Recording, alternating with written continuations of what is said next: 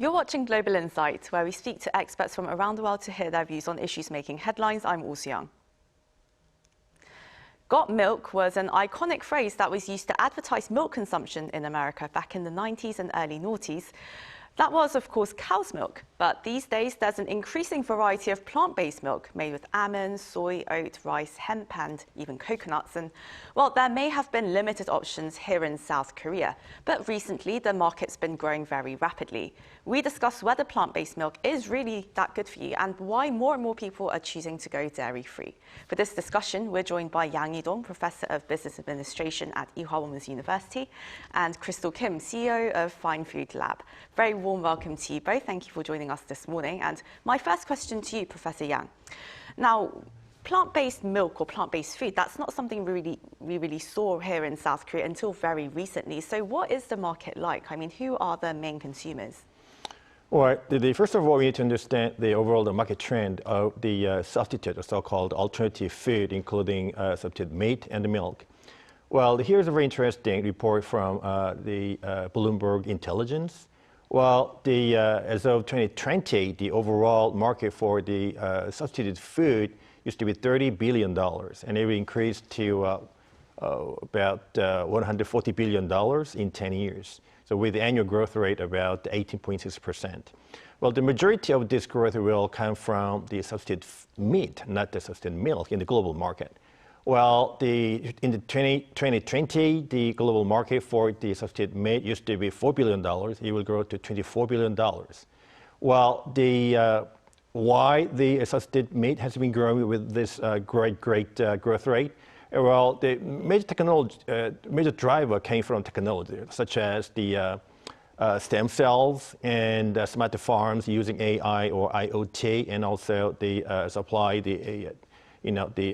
chain, the innovations by using the food wastes, such as byproduct or garbage, to produce electricity or kerosene or even the food raw materials. But in Korean market, this trend is the opposite, because the majority of the food market come from the substitute milk. Well, in the year 2025, its market size will grow to over $690 million, whereas the substitute meat will stay at about $24 million. So that's what happens, because personally, I'm more concerned about the substitute meat because it is involved in more advanced technologies, such as stem cells, and smart farms, etc. But attractiveness of the market is a lot bigger for the substitute milk, though. Right, I see. And well, Crystal, now you're a nutritionist, a chef, and also you've developed your own range of hemp milk, I believe. But why should people in modern societies really consume plant-based milk? I mean, are there really these nutritional benefits? Right, 75% of Korean has lactose intolerance, includes myself. And many people are looking for plant-based milk because instead of cow milk, due to the lactose intolerance, and which cause stomach ache and discomfortable when we drink cow milk.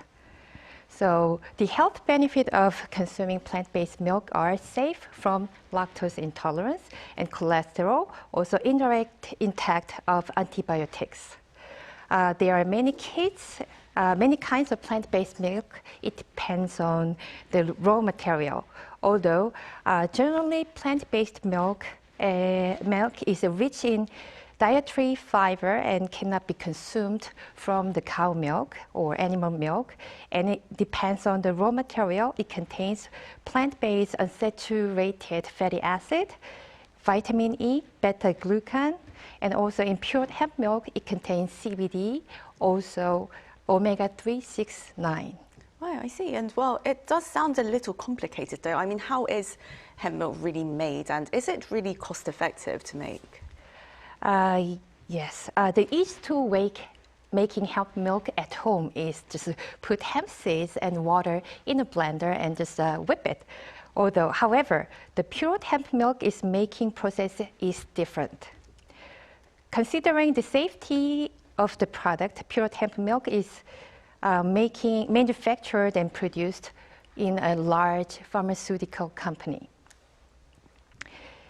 In order to maximize the milky and silky texture of the hemp milk, grind the hemp seeds to the finest paste form and add all the ingredients such as the top quality of the cacao and the fructooligosaccharides, etc. In addition, we use container called the Tetra Pak. The advantage of using Tetra Pak is possible to have a long shelf life without using preservatives. Oh, so that's perhaps another possible benefit over cow's milk, the way you store it as well in these Tetra Pak storage systems. And well, Professor Yang, now, why has plant-based milk like soy milk and almond milk, hemp milk, all these varieties of milk, suddenly been seeing this huge popularity here in South Korea? Well, how attractive and how fast-growing is this market? Well, if you take a look at the overall structure of the milk industry in the global market, well, overall, the global market size is about $200 billion, and the substitute milk is taking about 10% in the global market. Its growth rate is very handsome, about 4.5 for the past 10 years. But if you take a look at the current market, the current milk market is taking up about 1.5% in overall market, with being ranked in the 14th. But the substitute milk is taking up about 3% in the overall market, because Korean substitute milk is taking up about 20% of overall the milk market. So this market has grown over 8% in the past 5 years, and its growth rate even is bigger in the next 5 years. And again, I think there are 4 major reasons behind the fast growth of all this overall the substitute food, including meat and milk. The first one is environmental protectionism and animal protectionism, and very sensitive cares about your own health. Number 4 is technology development. I think the CEO Kim may get back to technology development within this systemic though. And also, and including myself, as people getting more age, there used to be the lactose intolerance. So there are many reasons behind this fast growth of the substitute milk. But you should be really careful about this terminology of using milk in this substitute milk, because in FDA and in Europe, and those authorities are very sensitive, or even they restrict it, of using the word milk for this substitute the milk market, even though the Korean authorities have different mindset now. So let's see what happens, because we may need to use different terminology for this. We need to have different promotions, right, to encourage consumption within this market. But anyway, it's a very attractive market for the next 5 or 6 years. I see. Well, it's a growing market for sure. Lots of exciting developments to come. Yeah. And I'll be honest with you both. I'm actually a huge fan of cow's milk. I think it's creamy, delicious. I go for the full fat stuff. But Crystal, as a chef, though, I'm sure you're very conscious or very sensitive to the taste of it as well. So what really went into your mind when you were producing your own hemp milk in terms of the flavor of it? Right. My goal of making plant-based milk, when I first time researched what nutrition is good for the plant-based milk, and I found out that hemp seed has full of health benefit nutrition, but it tasted that great as compared to the cow milk, right? So also when I just searching for the many products that it has so delicious, but the health benefit, I don't think so. But some food are very healthy, but taste isn't good. So my goal of making product was it has to be delicious, but it has to be healthy as well. So before I launched Pure Hemp Milk, I probably tried 10 different kind of hemp milk from all around the world. And some aren't okay, some aren't taste isn't good, and some aren't good. So my goal was making the most delicious and healthiest hemp milk, and I think it was successful.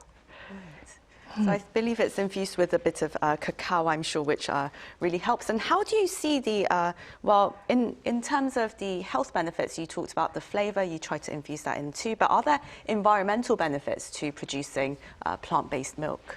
Right. Plant-based milk can reduce carbon emission 3 times as much as the cow milk and use 9 times less land, also use 35 times less water than cow milk. In particular, hemp is most eco-friendly, the raw material, I think. It's possible to have 6 crops per year, so there is no reason not to use hemp, the raw material. Right, I see. And how do you see the future prospects for the plant-based milk market here in South Korea as somebody in the business, the industry?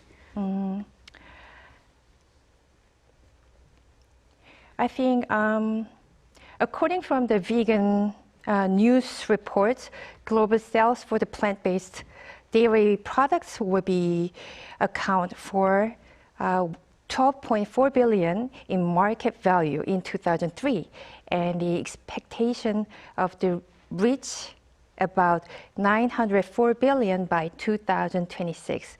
The market expect and expand rapidly over the next 10 years. So the outlook of the plant-based milk market is bright. Right. Well, we'll have to turn to Professor Yang for that. I always go to you for the latest business trends here in South Korea. But how do you see this? How do you see the potential for plant-based milk here in the South Korean market? Well, I'll just say it's very promising and very rosy. As I already said, the market size for the substituted milk is about more than 300 times bigger than the, 30 times more bigger than the substituted meat.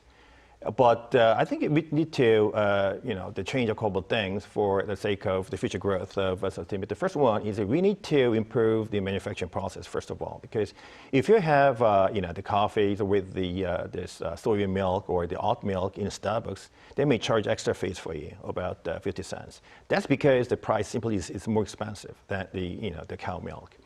And this market will be very similar to the size of the color or the flavor of the milk in a couple of years or within 3 years. So unless we lower the manufacturing process or the costs of this the milk, I mean, I'm not sure whether the consumers will continue to consume this the milk as much as the colored or flavored milk. So that's the first challenge for the future growth of this substitute milk. And second one is FDA and EU, again, have been very sensitive to use the terminology milk for this product. So since 2017, the EU government has restricted using the term the milk for this product.